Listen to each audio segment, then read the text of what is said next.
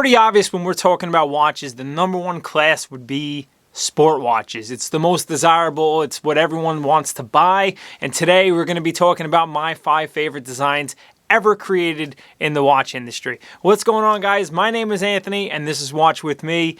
Thank you very much for joining me today. We are almost at 1,000 subs, so first of all, thank you all that have subscribed so far. It means a lot to me, and I'm pumped to hit 1,000 subscribers and to go ahead and give away a cool watch when we do so. Before we get into the top 5, I want to do a wristwatch check, and today I am wearing my Rolex Daytona. This is a 16528. This is a Zenith movement. It is an S serial number, and it dates from 1993 to 1994. But enough of my watch, let's get into the top 5. So the first watch we're going to talk about today actually didn't make the cut. It's not on my top 5, and that is the JSE Jersey Reverso. This watch was actually made for polo players, so while they were playing, they could flip the watch around and protect the crystal, hence making it a sport watch while they were playing. In my opinion, I think this watch wears very dressy nowadays. If I was going to wear a tuxedo and I wanted to wear a watch with it, I would want to wear a Reverso. I think it's a spectacular watch. I like the dimensions of the watch. Beautiful piece, but it didn't make the list. But I did want to mention it because it is one of the oldest sport watches ever made. But number 5 is going to be the Breitling Navitus. Now, I actually own a 806 piece from the 1960s, and I do understand at first glance this watch is a lot to take in. It has a chronograph. Some of them have a date. It also has a slide rule, so basically a calculator on the watch. I know this watch isn't for everyone, but when you really think about it, it was introduced in 1952. It's still in production, and for this list, it is the oldest chronograph that's still in production in the watch industry. It's a very cool piece, and when it was first introduced, it was destined to become the most iconic aviation sport watch. It has the slide rule with the chronograph. You can figure out fuel consumption. You could do multiplication and division. It's just such a cool, unique piece. I love that it was introduced at a 41 millimeter size. You don't want it too small because it would be a little bit harder to read, but I think it's such a unique design, and that's why I had to make it number 5 on the list. We are talking about more of the modern day pieces, and I think although the Navitus range is a bit saturated with how many pieces Breitling has made, I think under the helm of George Kern and the new introduction of vintage reissues, I think Breitling's headed in the right direction to continue with the success of the Navitus, and that's why it's on the list, and that's why it's number 5. Number 4, probably everyone's favorite watch that's on this list, and that is the Audemars Piguet Royal Oak. First introduced in 1972 by Gerald Genta, a fantastic design, very much a 70s inspired piece, very true to the era, and it still wears really well today. This watch happens to be the most expensive watch in steel on the list. That's why it's coming in at number 4. I do think it is a sports watch, but when it comes down to it, it doesn't really serve as a sport watch anymore. It's much more of kind of an in-between. I think I find this watch to be worn sporty as well as dressy from time to time. It's a great piece, but I don't think it really falls into that true sports category. It is the newest watch on the list, coming in 1972, but that's why it only reached number 4. I do love the watch. I think the modern day versions, whether it's the 15202 and 39 millimeters, the jumbo, which would be my favorite, or even the 15500, I think they wear really well. They do wear a little bit large, in my opinion, but just such a true classic, and it is the OG when it comes to integrated bracelets. Number 3, this watch was really hard to put this at number 3. I really wanted to almost put it at number 1 because of its importance to not only the watch industry but the world, and that is the Omega Speedmaster.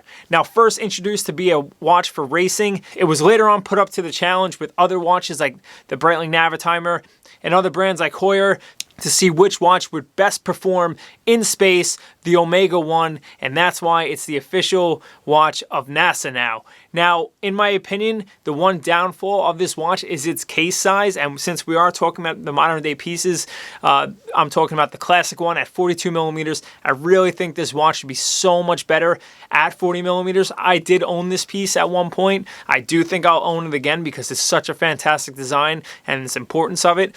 Aesthetically, I think it might be the nicest looking chronograph on this list, but like the Navitus, Omega has made the Speedmaster line a bit saturated. There's too many different variations of this watch, but nonetheless, it's a fantastic design and a very important watch, and that's why it's number 3 on the list.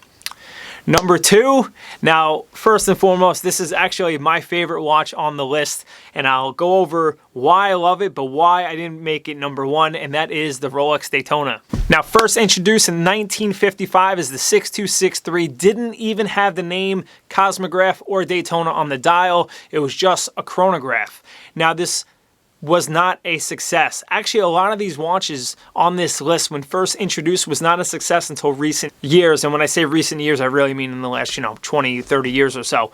But this watch was not a success. It eventually later on became the Cosmograph Daytona, but I absolutely love this watch. I love a chronograph with no date. I think that is the only way to go with the chronograph because you tend to clutter it up when you add a date to it. But this watch at 40 millimeters is such an amazing piece. I think when we're talking about the Daytona compared to the rest of the list, this is one of the few watches on this list that I think that the newest variation of it looks almost as good or maybe just as good as the original. I think the new oyster steel version with the black ceramic bezel and white dial is an absolute home run, and that's why it's still so hard to get even 4 years after its introduction. That's why it's number 2 on the list. The reason why it's not number 1 is because I personally don't think you need a chronograph to be the ultimate sport watch. Like I said, it's my personal favorite. I would love to know what you guys actually think about the watch. I would love to be able to get a new variation of it. I obviously have an older version in solid gold, but I would love to have one in steel. The steel are a bit more desirable, but that's why it's coming in at number 2. Number 1, this is the ultimate sports watch, and that is the Rolex Submariner. The Rolex Submariner came out in 1953, and it was a true tool watch. This watch was made for the purpose of diving, to having a rotating bezel, which, to be honest with you, you don't need a chronograph because if you have a rotating bezel, you can time whatever you need up to 60 minutes. It's just a fantastic design. It's minimalist. It wears well with a swimsuit, all the way to a tuxedo and everything in between. I obviously own an older version, but I find that it goes so well with everything, and when I don't feel like thinking about what to wear, I throw it on my wrist and I just fall in love with it all over again because it's such a fantastic design. Now, obviously, the newest variation of it is still 40 millimeters, but it's a bit large with the kind of oversized lugs. I personally like my version better because it wears a bit smaller. I love the fact that Rolex sticks to its DNA. You can see the slow transformation of the original Submariner to its newest version, but still sticking to its core DNA. You still know that it is the Submariner, and it really sticks to that, and that's why I love this watch so much. I still think even the new modern day version of the Submariner, it still wears extremely well. I just really don't think there's a better sport watch out there.